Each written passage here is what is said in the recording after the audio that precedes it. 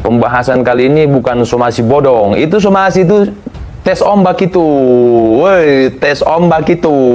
Yang disomasi takut nggak? Itu ngetes ombak. Itu udah banyak yang ngupload kan klarifikasinya. Yang bersangkutan yang menandatangani di situ katanya dia nggak tahu itu, malah nggak tahu, intinya bukan tanda tangan dia, bukan dia yang nandatangani gitu, bukan dia yang nandatangani. Harusnya kalau bukan lu yang nandatangani, bawa dong ke ranah hukum. Itu pemalsuan dokumen loh, pemalsuan identitas loh. Yang pertama kali menyebarkan itu seret juga dong ke ranah hukum. Itu harusnya. Jadi cerdas,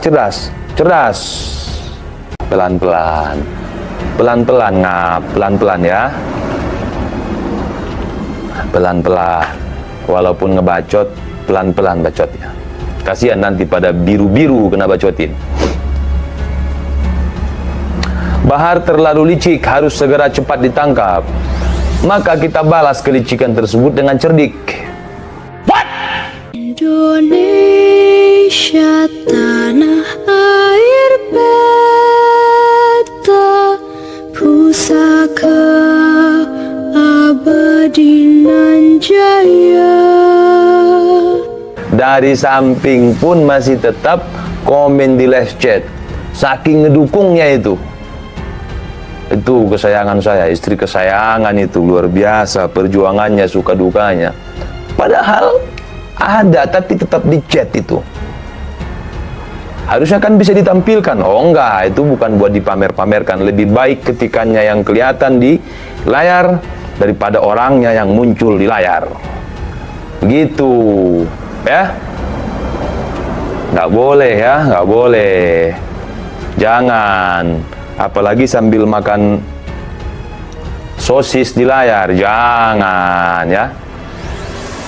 Bisa diperiksa gennya, DNA-nya bisa diperiksa ya ikhwan. Haram.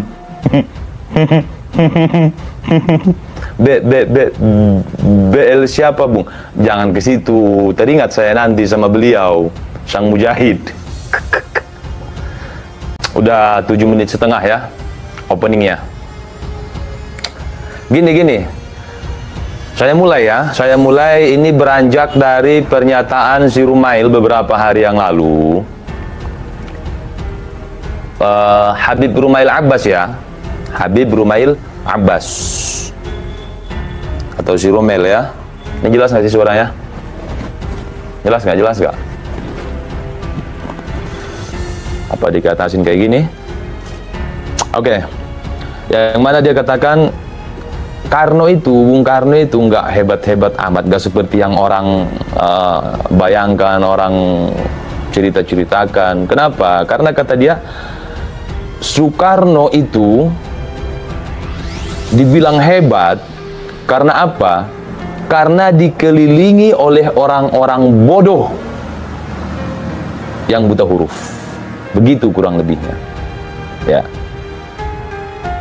Kurang lebihnya begitu. Jadi di situ selain merendahkan Bung Karno, ya walaupun Bung Karno nggak pengen pengakuan ya, juga mengatakan Bung Karno dikelilingi oleh orang-orang bodoh. Saya ingin buktikan siapa sebenarnya yang bodoh. Pertama Bung Karnonya dulu, sosok Bung Karnonya, baru orang-orang di sekelilingnya. Ya. Bung Karnonya dulu. Udah pernah saya bahas di konten-konten sebelumnya. Kalau nggak salah ada 2 kali pembahasan, terakhir kemarin malam. Yang dibuat Bung Karno itu apa saja selain pergerakan untuk kemerdekaan, bahkan sampai ke luar negeri. Di Rusia ada masjid namanya Masjid Biru Soekarno, bahkan ada menteri di zaman Soviet yang memberikan nama anaknya, dan ada kalau nggak salah keponakannya juga menggunakan nama Soekarno. Itu berlangsung selama 4 generasi itu. Belum lagi makam Imam Al-Bukhari itu. Bung Karno nggak begini, kecuali misal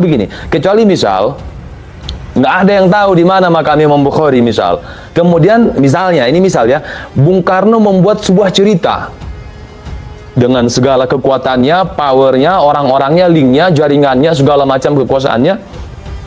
Dia membuat mengarang cerita misal bahwasanya di akhir hayatnya Imam Bukhari ketika sakit berobat ke salah satu tabib di Pulau Jawa sampai wafat di Jawa dan dimakamkan di Jawa. Kemudian Bung Karno membuat proyek makam keramat Imam Bukhari.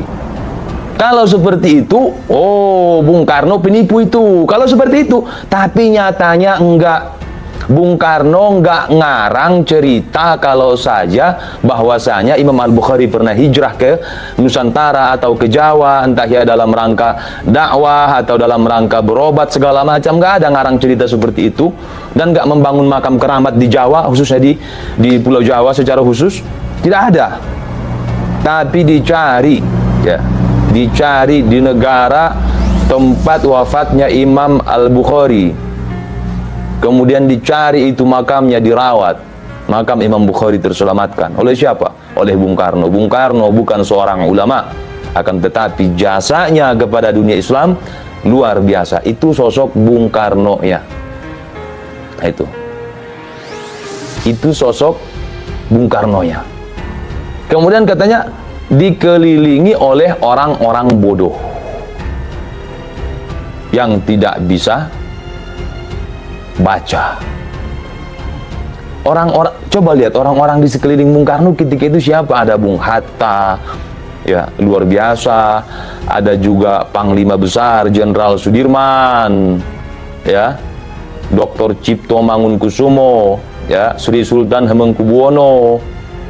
Juga ada Haji Agus Salim. Kita tahu Haji Agus Salim itu kalau nggak salah beliau menguasai 7 bahasa. Itu. Dan masih banyak orang-orang besar lainnya. Bahkan saya dari Riau, sedikit banyak saya tahu sejarah. Kesultanan terakhir kami di Riau itu Kesultanan Siak Sri Indrapura. Istananya Istana Aseraya, yang sekarang letaknya di Kabupaten Siak. Sultan terakhirnya itu Sultan Syarif Qasim. Syarif, ya, ingat, Syarif, bukan Habib. Sultan Syarif Qasim itu berdaulat kepada Bung Karno, meletakkan mahkotanya, tahtanya, berdaulat, bergabung, menjadi bersatu dalam Negara Kesatuan Republik Indonesia. Bung Lubis mengatakan, Bahar itu pada hakikatnya, pada hakikinya itu dia sudah game over. Bahar dan Rizik juga yang menyeret Robitoh untuk game over bareng-bareng, rungkat berjamaah. Jadi Bahar itu sudah game over, itu sudah, dan saya bisa buktikan kalau Bahar sudah game over, mulai dari masalah nasabnya. Di sini umum tentang makna tentang secara umum, tapi tentang si Baharnya benar gak? Dia dari kelompok Balawi. Itu dulu. Kalau untuk si Bahar belum masuk ke masalah seperti ini, tentang tolak secara ilmiah, belum masuk ke situ, ujar Bung Lubis. Model itu orang di sekeliling Bung Karno. Rumel. Indonesia sejak dulu kala tetap dipuja-puja bangsa.